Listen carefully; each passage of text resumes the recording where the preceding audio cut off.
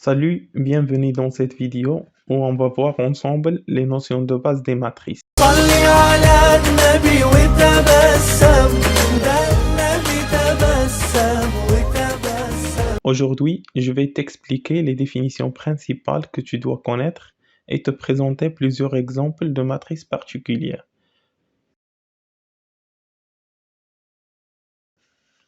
Qu'est-ce que c'est qu'une matrice? C'est tout simplement des tableaux rectangulaires qui contiennent de nombres organisés en lignes et colonnes.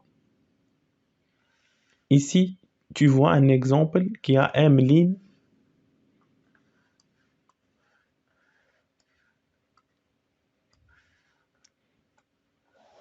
et N colonnes. Et on dit que la dimension de la matrice est de M fois N.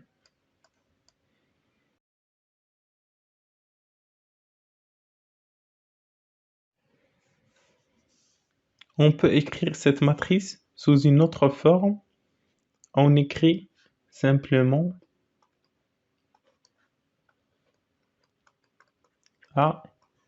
AIJ.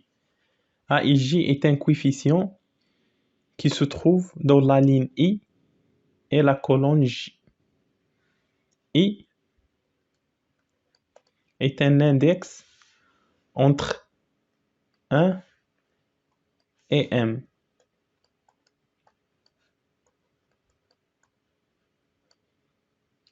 Qui donne à chaque fois les lignes de coefficient. J entre 1 et N.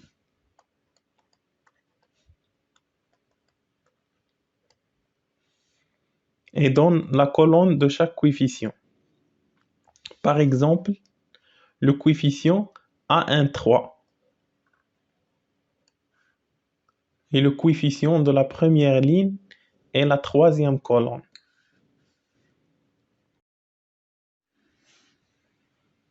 On dit que tous les coefficients A et I qui ont le même index pour la ligne et pour la colonne, c'est-à-dire tous les coefficients ici,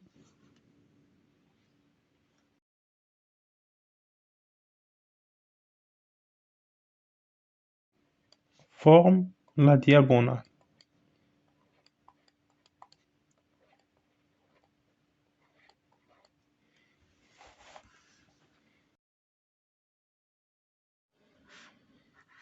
Voilà, comme vous voyez dans cet exemple, la dimension ici est 3 fois 3. Il y a 3 lignes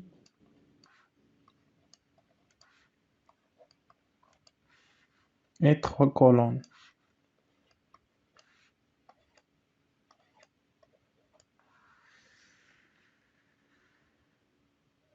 Tu vois que chaque coefficient est simplement un nombre réel.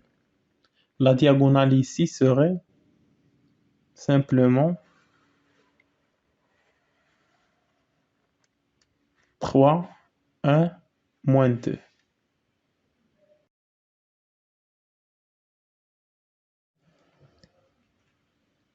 Et par exemple, le coefficient A de 3 est le nombre qui se situe à la deuxième ligne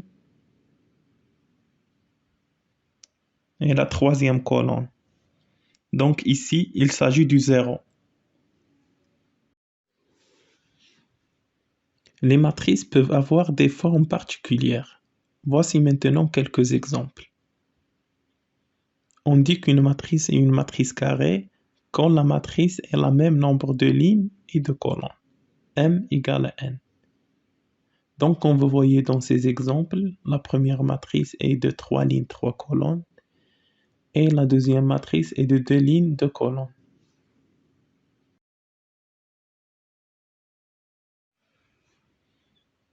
La deuxième forme est la matrice diagonale. C'est une matrice qui a 0 partout, sauf sur la diagonale. Comme vous voyez dans cet exemple, on remarque bien que la diagonale uniquement qui contient des nombres non nuls.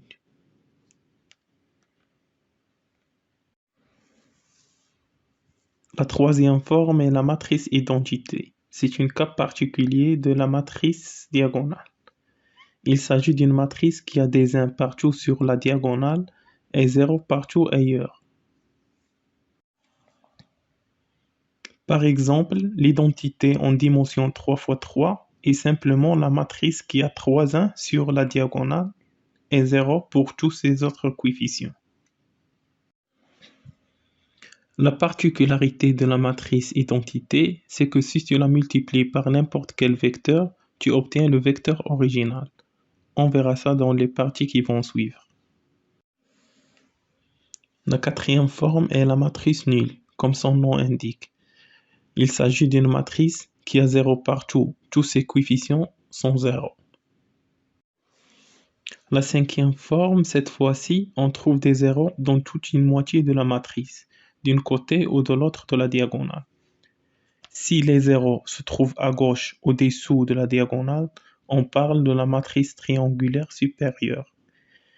Et si les zéros se trouvent à droite au-dessus de la diagonale, on parle de la matrice triangulaire inférieure. Pour finir, voici encore un exemple d'une matrice particulière, c'est la matrice transposée. On obtient la matrice transposée en échangeant les lignes et les colonnes de la matrice A. Et on va noter la transposée A avec un T à l'exposant.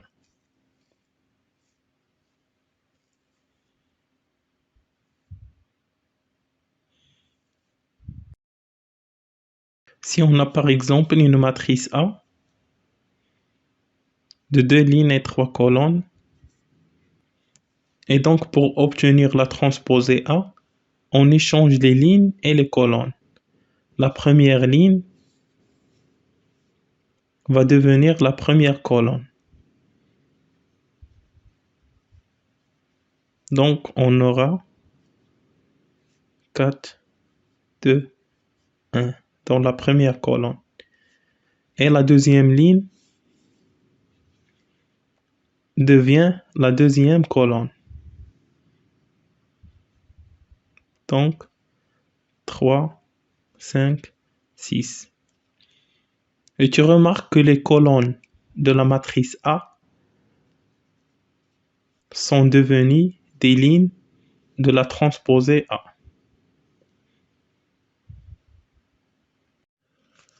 Voici quelques règles de calcul pour les matrices transposées.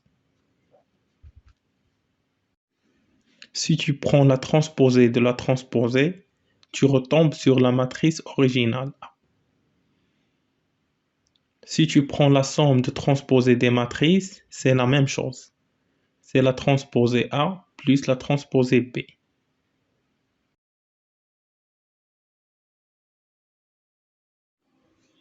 Pour la multiplication, par contre, il faut faire attention, l'ordre s'inverse.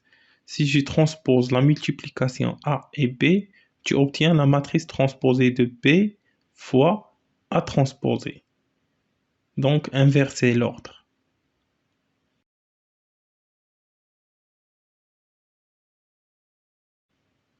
Quand on multiplie tout une matrice par un scalaire, c'est-à-dire par un nombre réel ici, K, donc on trouve K fois la matrice transposée.